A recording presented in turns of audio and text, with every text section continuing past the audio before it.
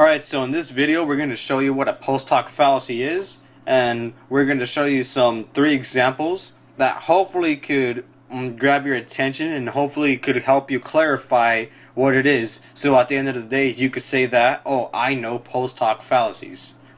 So, post-hoc fallacies are basically a false assumption that if one event occurred after another, then it must have been caused by the first event.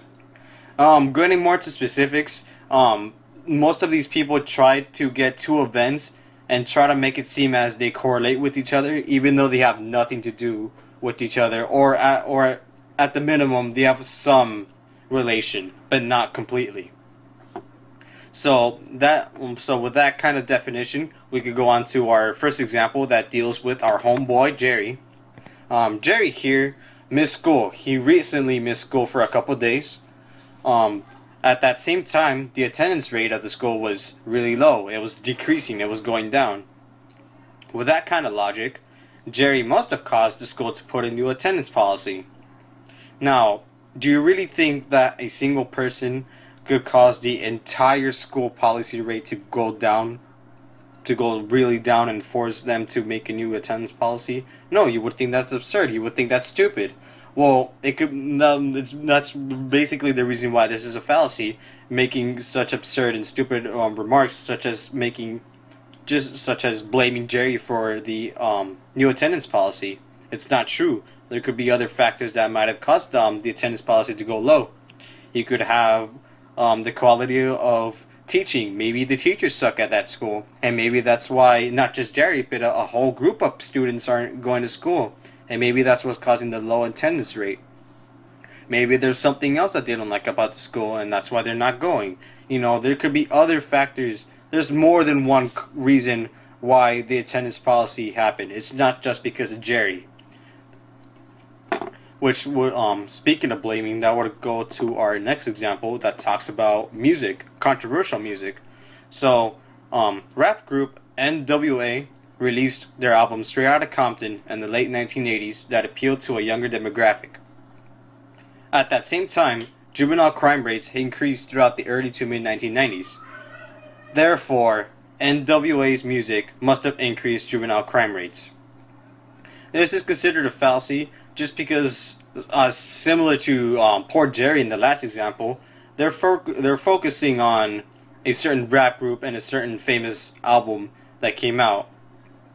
People see that this album has caught the attention to a lot of teens, and they have known that Straight Outta Compton has some pretty hardcore stuff in it.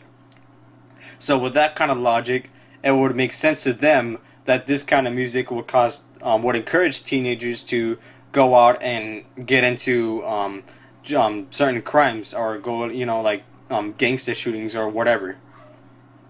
It's considered a fallacy just because they're trying to say that a single album, a single famous album, might add, must have caused the crime rates throughout the mid-1990s. Well, that's not true. Similar to the first example, it could have been caused by drugs or other affairs that could have contributed to that juvenile crime rates, not just a form of media. So our last example, and the most common example that I've seen and I've found, has to deal with superstition and religion. So in this case, Juan's mother prayed that Juan would get his doctorate degree.